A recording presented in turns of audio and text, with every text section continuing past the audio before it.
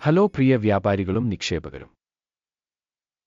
നിങ്ങളോടൊപ്പം പദ്ധതി കഴുത കമ്പനിയെക്കുറിച്ചുള്ള പൊതുവായ ഡാറ്റയിൽ നിന്ന് നമുക്ക് ആരംഭിക്കാം.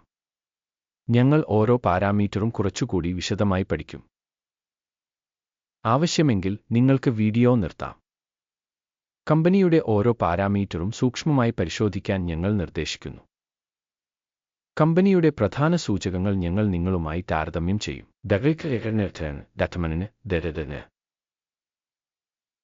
ഈ അവലോകനം ജൂലൈ 13, 2025 വരെയുള്ള വിവരങ്ങളെ അടിസ്ഥാനമാക്കിയുള്ളതാണ്. വർഗീകരണം അനുസരിച്ച് ലളിത സംഘടന ഉപവിഭാഗത്തിൽപ്പെടുന്നു. 29 കമ്പനികൾ വിശകലനത്തിൽ പങ്കെടുക്കുന്നു. ഞങ്ങൾ വീഡിയോയുടെ അവസാനം ഓർഡർ ടേബിൾ നോക്കും. കമ്പനിയുടെ ഫലം ഇതാണ്: 10.1.5. ഉപവിഭാഗത്തിന്റെ ശരാശരി സ്കോർ 1.1 പോയിന്റാണ്.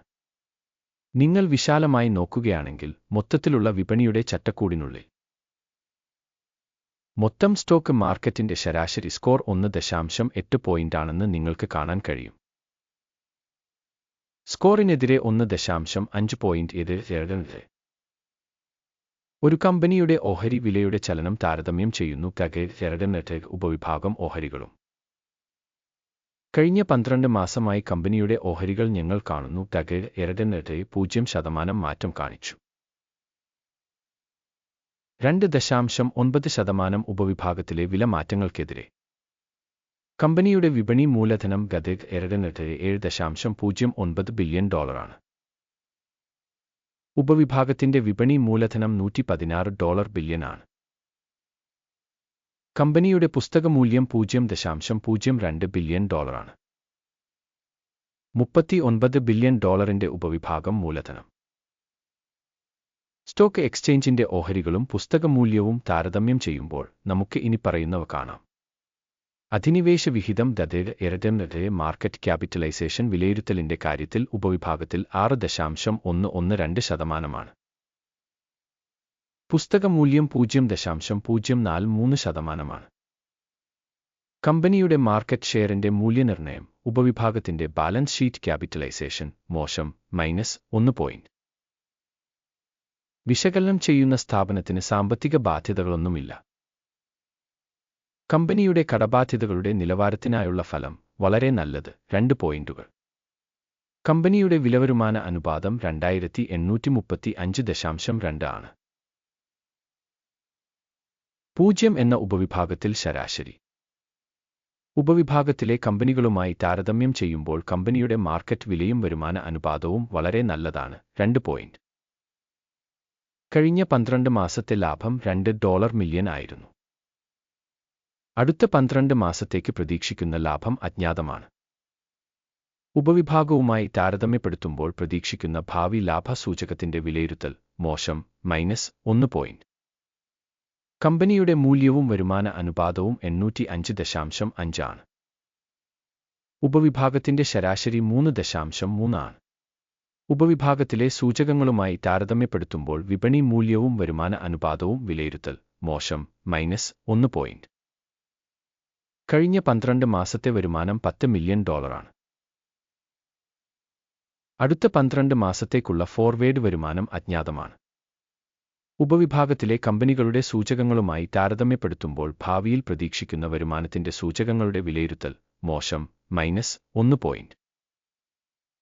മാർജിനലിറ്റി 28.9%. ഉപവിഭാഗത്തിന്റെ ശരാശരി -7.8%.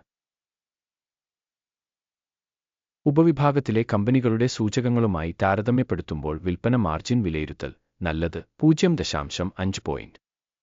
ഉപവിഭാഗത്തിലെ ജീവനക്കാരുടെ എണ്ണം അനുസരിച്ച് കമ്പനിയുടെ വിഹിതം 0.021%.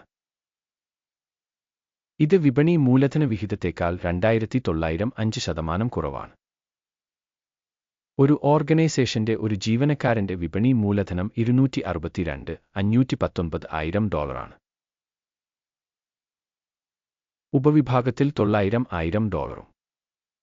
ഉപവിഭാഗത്തിലെ സൂചകങ്ങളുമായി താരതമ്യപ്പെടുത്തുമ്പോൾ ഓരോ ജീവനക്കാരനും മൂലധനത്തിന്റെ അളവ് വിലയിരുത്തൽ പാസബിൾ 0 പോയിന്റുകൾ.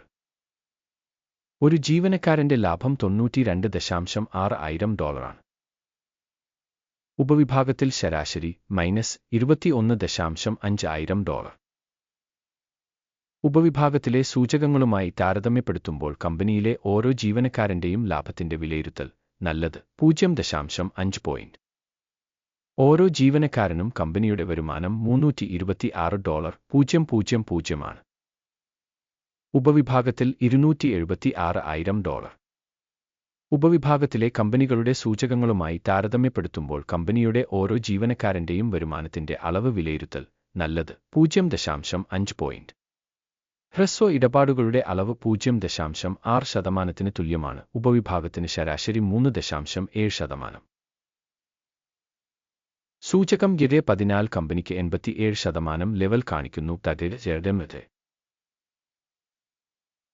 ഉപവിഭാഗത്തിന് ഇതേ ലെവൽ 14 ഏകദേശം 57%. കമ്പനിയുടെ ഇപ്പോഴത്തെ ഓഹരി വില ഏകദേശം $49.27 ആണ്. കമ്പനിയുടെ ഓഹരികളുടെ സമവായ വിലയുടെ എസ്റ്റിമേറ്റ് അജ്ഞാതമാണ്. നമുക്ക് ഓർഡർ ടേബിളിലേക്ക് പോകാം. ഇത് എല്ലാവർക്കും ലഭ്യമാണ്. ലിങ്ക് പിൻ ചെയ്ത അഭിപ്രായത്തിലാണ്.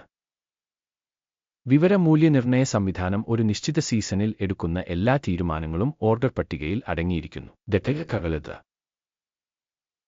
ഓർഡർ ടേബിളിലേക്കുള്ള ആക്സസ് തികച്ചും സൗജന്യവും തുറന്നതുമാണ്. പിൻ ചെയ്ത കമന്റിലെ ലിങ്ക്. കമ്പനിയുടെ വിലയിരുത്തലിനെ അടിസ്ഥാനമാക്കി സ്റ്റോക്ക് മൂല്യനിർണ്ണയ റഫറൻസ് സിസ്റ്റം ജെയ്ത് ഒരു തീരുമാനം എടുത്തിട്ടുണ്ട്. $49.26 ഓപ്പൺ സെയിൽ ഓർഡർ. കമ്പനിക്ക് താരതമ്യേന കുറഞ്ഞ റേറ്റിംഗും വിലയുടെ ചലനാത്മകതയും ഉള്ളതിനാൽ കരാർ തുറന്നിരിക്കുന്നു. കമ്പനിയുടെ വിലയിരുത്തൽ മൂല്യനിർണ്ണയ രീതി ഉപയോഗിച്ചാണ് നടത്തുന്നത്. അക്കിമിന്റെ സൂചിക എടുക്കുക ലാഭം 11.5 ആയി സജ്ജീകരിച്ചിരിക്കുന്നു. സ്റ്റോപ്പ് ലോസ് 87.02 ആയി സജ്ജീകരിച്ചിരിക്കുന്നു. ലാഭം അല്ലെങ്കിൽ സ്റ്റോപ്പ് നഷ്ടം വഴി ഓർഡർ അടച്ചിട്ടില്ലെങ്കിൽ. 2025 ഓഗസ്റ്റ് 12 സെഷന്റെ ഫലങ്ങളെ അടിസ്ഥാനമാക്കി ഓർഡർ സ്വയമേവ അടച്ചു. അല്ലെങ്കിൽ ഈ തീയതിക്ക് മുമ്പുള്ള അവസാന വ്യാപാര ദിനത്തിൽ. ടിക്കർ DEME പ്രധാന വാങ്ങൽ ഓർഡർ ആയി മാറും. പ്രധാന ഓർഡറിലെ വീഡിയോ ഇതിനകം ഈ ചാനലിൽ പ്രസിദ്ധീകരിച്ചിട്ടുണ്ട്. ഓർഡറുകളിലൊന്ന് അടയ്ക്കുകയാണെങ്കിൽ പ്രധാനം അല്ലെങ്കിൽ ബാലൻസിംഗ് 1. വിപരീത ക്രമം യഥാർത്ഥ വിലയിൽ നിശ്ചയിച്ചിരിക്കുന്നു. അവസാനം വരെ കാണുന്നതിനും വിവര സംവിധാനം ഉപയോഗിച്ചതിനും പ്രേക്ഷകർക്ക് നന്ദി.